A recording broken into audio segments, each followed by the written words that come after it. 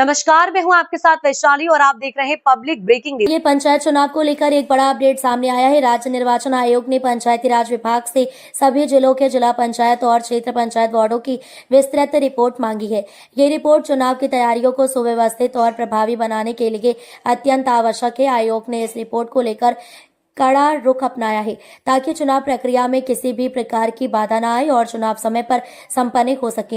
इस कदम से पंचायत चुनाव की पारदर्शिता और न्याय संगत व्यवस्था सुनिश्चित करने का प्रयास किया जा रहा है। परिसीमन प्रक्रिया के बाद जिला पंचायत के कुल 30 वार्ड और क्षेत्र पंचायत के 830 वार्ड कम हुए हैं।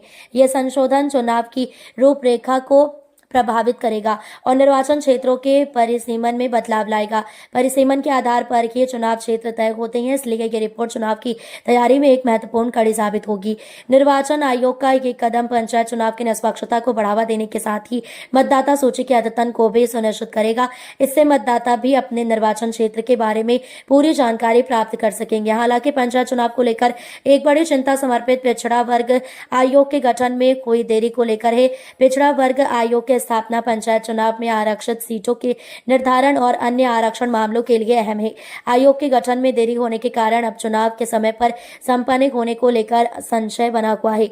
यह स्थिति राजनीतिक और प्रशासनिक दोनों स्तरों पर चिंताजनक मानी जा रही है। इसी कारण से पंचायत चुनाव मंत्री ओम प्रकाश राजभर ने मुख्यमंत्री से मुलाकात की है ताकि इस मुद्दे को लेकर आवश्यक कदम उठाए जा सके और चुनाव की प्रक्रिया सुचारू रूप से आगे बढ़ सके।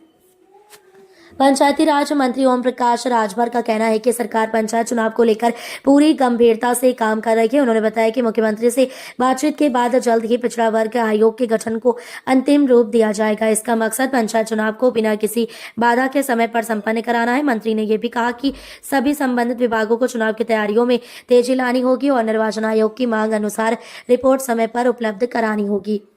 अंत में ये कहा जा सकता है कि उत्तर प्रदेश में पंचायत चुनाव की तैयारी को लेकर प्रशासनिक स्तर पर काम जोरों पर है। चुनाव की निष्पक्षता और सुचारू संचालन के लिए कई कदम उठाए जा रहे हैं। परिसीमन, आरक्षण और पिछड़ा वर्ग आयोग की स्थापना जैसे मुद्दों पर तेजी से काम किया जा रहा है। आगामी पंचायत चुनाव राज्य के विकास और ग्राम स्तर पर लोकतंत्र की मजबूती के लिए अहम माने जाते हैं।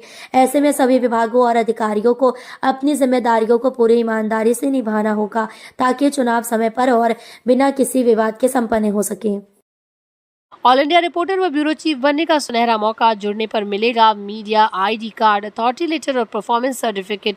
अभी जुड़े, व्हाट्सएप करें 9795303333। अगर आपको हमारी ये वीडियो पसंद आई हो तो चैनल को लाइक, शेयर एंड सब्सक्राइब जरूर करें।